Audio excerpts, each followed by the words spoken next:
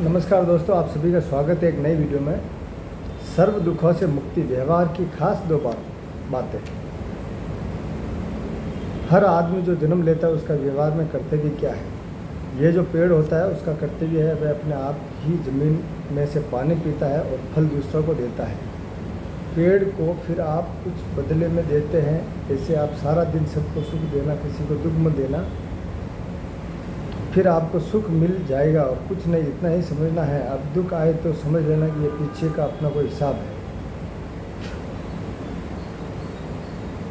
उससे आया है। मगर अब तो दूसरे को सुख देने का व्यापार ही करना है। बुद्धि का दुरुपयोग करोगे तो बाद में मेंटल पागल हो जाओगे।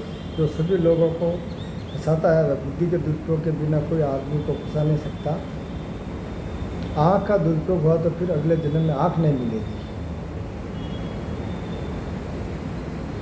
कम दुरुपयोग किया तो आँख मिलेगी, मगर उसका दुख ही रहेगा और पूरा दर्शन नहीं होगा, पूरी दृष्टि नहीं होगी। ऐसे पूरा फ़ायदा नहीं मिलेगा। हाथ का दुरुपयोग किया तो हाथ नहीं मिलेगा, और वाणी का दुरुपयोग किया तो सारी वाणी ही चली जाएगी।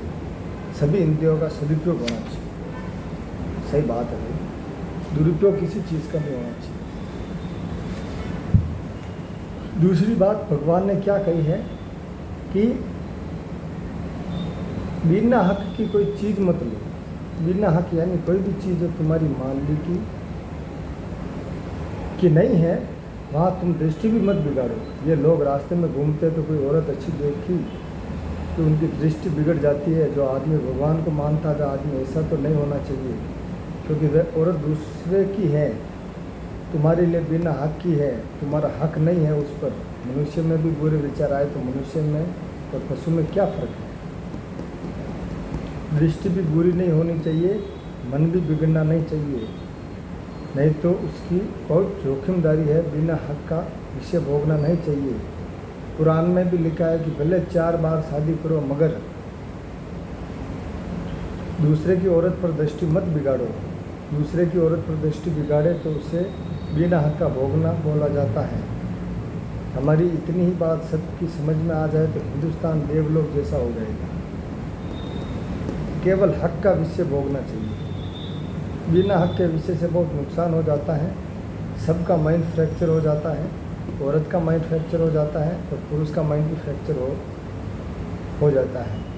अपने हक का विषय भुगतने में फिर डर नहीं लगता और बिना हक में बहुत फिर लगता है। विश्वासघात होता है। जो बिना हक का पैसा है वह भी नहीं लेना चाहिए।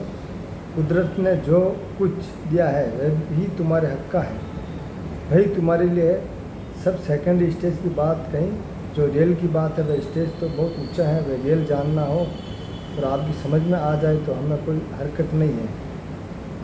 हम वह भी बता देंगे, सब बता देंगे, ज्ञान भी दे देंगे और सेल्फ रियलाइजेशन, आत्म साक्षात्कार भी हो जाएगा। तो दोस्तों, इस कहानी का यही सारांश है कि बिना हक की चीज़ हमें नहीं लेनी चाहिए। चलो दोस्तों, आज की इस वीडियो में बस इतना ही। चैनल पर नए हो तो सब्सक्राइब करना। इस वीडियो को यही एंड करता हूँ। बहुत बहुत धन्यवाद।